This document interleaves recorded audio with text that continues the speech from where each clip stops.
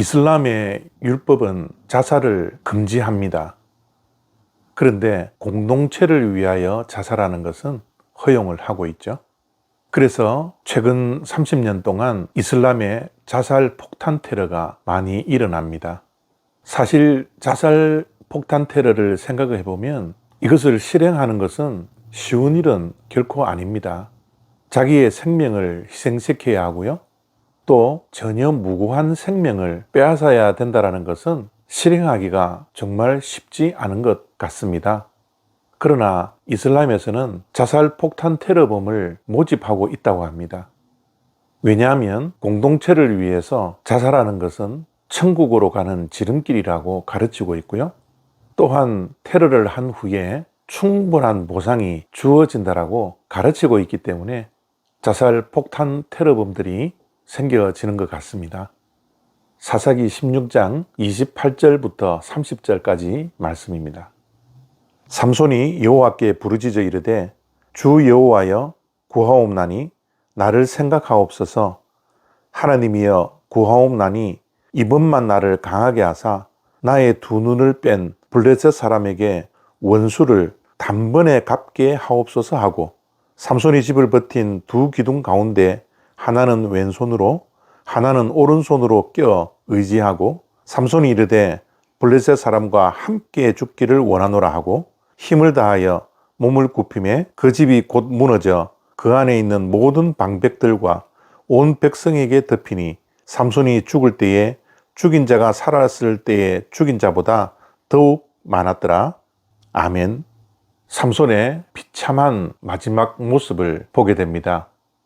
눈이 빠지고 원수들인 블레셋 사람들에게 조롱거리가 되었습니다. 삼손뿐만 아니라 하나님 또한 조롱거리가 되어버렸습니다.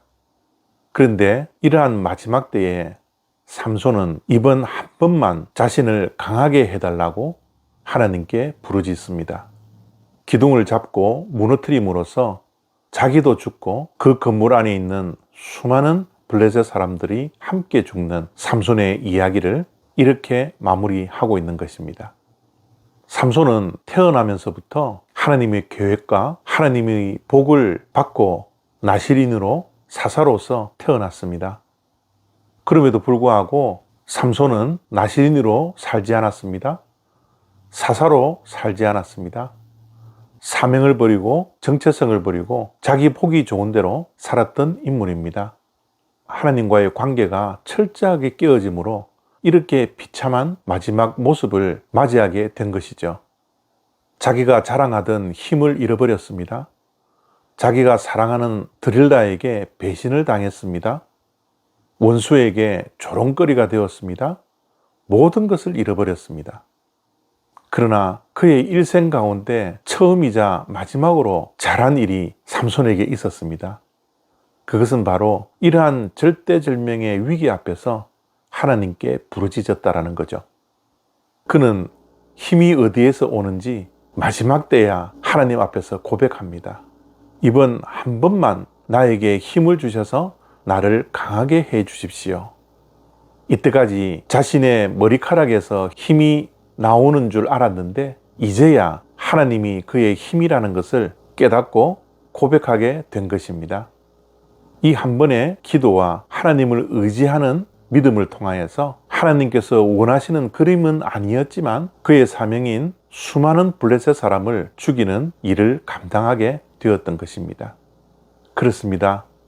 우리가 절대절명의 위기 앞에서 하나님께 기도하며 부르짖으며 하나님을 바라보는 것이 얼마나 중요한지 모릅니다. 오늘도 우리의 삶 속에서는 수많은 위기와 문제가 있습니다. 절대절명의 위기 앞에 서 있는 분들도 있을 것입니다. 이전까지 어떠한 삶을 살았든지 오늘 이 시간 하나님께 이번 한 번만 나를 강하게 해 주십시오 라고 기도할 수 있는 주님의 백성들이 되어지기를 바랍니다. 이때까지 내가 사랑했던 것, 내가 자랑했던 것, 그 모든 것보다 우리가 하나님께 부르짖을 때 우리의 마지막 점이 하나님의 시작점임을 분명히 기억하는 하루가 되시기를 바랍니다. 감사합니다.